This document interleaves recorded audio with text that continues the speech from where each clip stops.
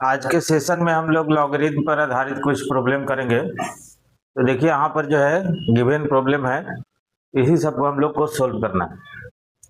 तो सोल्व करने का मतलब क्या होता है? सोल्व करने का मतलब होता है कि उसमें जो भी वेरिएबल है उसको हम लोग फाइंड करेंगे। ठीक है, तो देखिए यहाँ पर जो है पहला जो मैथ आपको गिवन है यहाँ पर कि log 5 to the power base x plus log 25 to the base x plus log 125 to the base x plus log 625 to the base x equals to 10। और इसको हम लोग को सोल्व करना है। तो सबसे पहले दिमाग में ये बात आनी चाहिए कि ये जो प्रॉब्लम है किस फार्मूला पर जाने वाला है। तो देखिए फर्स्ट लॉ ऑफ लॉगरिथम जो हमने पढ़ा था कि log m plus log n, right, ये था कि log m इंटू n। अब देखिए यहाँ पर डबल टर्म है और उससे ये सिंगल बना है और पूरा जो भी नंबर है log का वो सारा मल्टीप्लाई में आ गया है। जो बेस में रहेगा इधर वही यहाँ बेस में डलाएगा। तो ऐसा दो टर्म हो, तीन टर्म हो, चार टर्म हो, जितना टर्म हो सारा का सारा जो भी लॉग गिवन है उसमें जो नंबर है वो सारा नंबर सिंगल लॉग के अंदर मल्टीप्लाई फॉर्म में आ जाता है। तो इस तरीका से इधर जब हम लोग लिखेंगे तो सिंगल लॉग लिखेंगे और आ जाएगा 5 into 25 into 125 into 625 to the base x equals to कितना, तो 10, राइट। अब यहां से जब चलेंगे आप तो देखिए यहाँ से आप डिफिनीशन अप्लाई कर लीजिए। तो डिफिनीशन जब अप्लाई करेंगे तो देखिए क्या आएगा कि x to the power 10 equals to 5 into 25 का मतलब 5 to the power 2, 125 5 to the power 3, 625 5 to the power 4। अब इसको मल्टीप्लाई करेंगे तो क्या होगा 5 टू दी पावर 10। अब देखिए यहाँ पर जो है इसको और इसको कि बेस जब इक्वल होता है तो नंबर को इक्वल लिखते हैं और जब नंबर इक्वल होता है सॉरी बेस जब जो है इक्वल होता है तो पावर को इक्वल लिखते हैं और जब पावर इक्वल होता है तो बेस को इक्वल लिखते हैं, राइट। तो यहाँ पर x का वैल्यू क्या हो जाएगा 5, राइट। बेस इक्वल होने से पावर इक्वल होने से बेस इक्वल। अब जो है दूसरे को जो है हम लोग सोल्व करेंगे।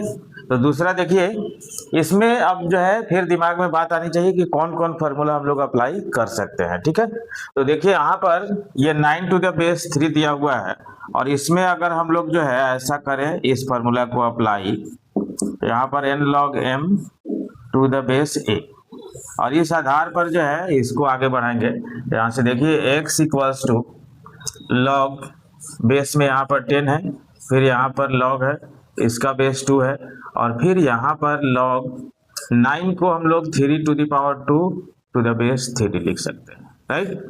अब यहाँ पर देखिए कि इस फार्मूला के अंतर्गत ये 2 बगल में आएगा, इसका वैल्यू 1 हो जाएगा। दैट मीन्स इसके नंबर के जगह पर ये 2 बैठ जाएगा, राइट। तो log बेस 10 हो गया और फिर यहाँ पर log जो है ये 2 यहाँ पर आएगा, ये वैल्यू 1 हो जाएगा तो 2 टू द बेस 2 हो जाएगा, राइट। अब इसका वैल्यू फिर से 1 हो जाएगा ऑल्सो। log का जब बेस और नंबर इक्वल होता है तो वैल्यू 1 होता है। तो इस तरीका से log 1 टू द बेस 10 हो जाएगा। अब हमने ये भी सीखा है कि log 1 का वैल्यू किसी भी बेस पर क्या होता है 0, राइट। इसका वैल्यू 0 हो गया। अब जो है थर्ड नंबर क्वेश्चन यहाँ पर देखिए द वैल्यू ऑफ इतना इज। अब इसका वैल्यू हमको फाइंड करना है। तो देखिए यहाँ पर डायरेक्ट इसको तोड़ ही देते हैं सबको। जो है 25 को आप क्या लिखेगा 5 टू द पावर 2 और फिर इसका पावर है कितना -1/4 log, यहाँ भी 25 को 5 to the power 2 to the base 5, right. अब हम लोग क्या जानते हैं कि होल पावर का फिर से होल पावर हो तो पावर से पावर में मल्टीप्लाई होता है, पावर से पावर में मल्टीप्लाई होता है। तो इस तरीका से जब चलेंगे हम लोग तो 5 टू द पावर 2 इंटू -1/4 और ये देखिए ये इस फार्मूला पर चला गया, ये बगल में फिर से 2 आएगा तो इंटू 2 और log जो है 5 टू द बेस 5, ये वैल्यू 1 हो गया आप। और यहाँ 2 2 जा 4, 4 से 4 चला गया तो यहाँ पर जो बचा आपको 5 टू द पावर -1 इंटू 1 यानी -1, दैट मीन्स 1/5, राइट। यानी इसका वैल्यू 1/5 आएगा। अगला जो है इस प्रॉब्लम को जब जो है हम लोग सोल्व करेंगे तो इसमें कौन सा फॉर्मूला अप्लाई होगा, ये देखिए जो हमने पहले से सीखा था कि a to the power log y to the base a। ये देखिए पूरे का बेस और log का बेस जब सेम हो तो log का जो नंबर है वही रिजल्ट आता है, डेट मीन्स y। ठीक है, तो इस तरीका से जब यहाँ पर जो ये अप्लाई होगा तो यहाँ 7 यहाँ 7, फिर log का जो नंबर है क्या है x square minus 4x plus 5 equals to x minus 1। अब देखिए अब इसको जब जो है खींचेंगे इधर तो x square minus 4x minus 6 that means minus 5x और प्लस 5 फिर इधर आएगा तो प्लस 1 यानी 6 इक्वल्स टू 0।